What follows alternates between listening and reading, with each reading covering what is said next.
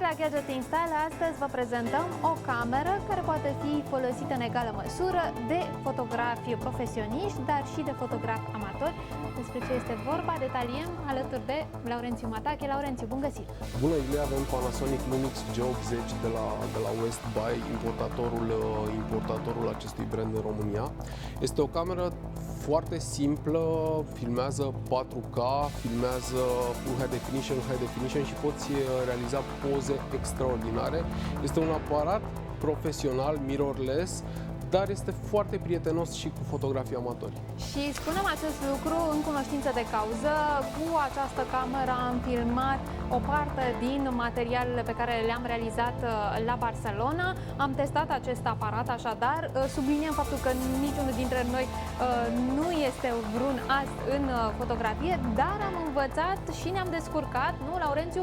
Ce ți-a plăcut la această cameră? Mi-a plăcut, autofocusul este foarte bun, are un stabilizator pe 5 axe.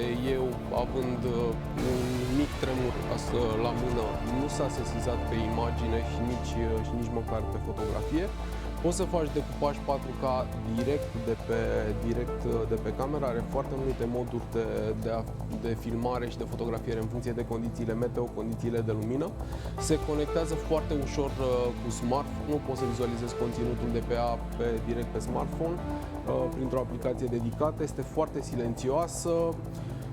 Poți să o conectezi cu acest televizor în timp real prin HDMI și poți să vezi imaginile pe care le captează. Practic, în acest fel ai un control mai bun asupra ceea ce filmezi, util mai ales la filmări, această redare în timp real.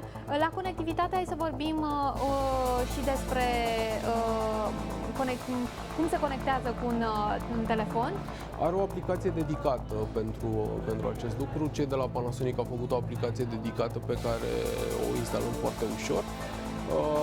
Putem să, referitor la sunet, poate să capteze sunet atât pe un microfon auxiliar, cât și sunet ambiental. Sunetul ambiental este cel pe care îl captează în mod normal telefonul mobil atunci când filmăm, care are două canale. Poți să o folosești chiar și la o filmare de televiziune. Și autonomie și un preț în loc de concluzii. Autonomie, dacă o folosești de dimineață până seara, nu vei avea nicio problemă. Dacă vrei să o folosești la filmare continuă, undeva la 3 ore, 4 ore, fără nicio problemă.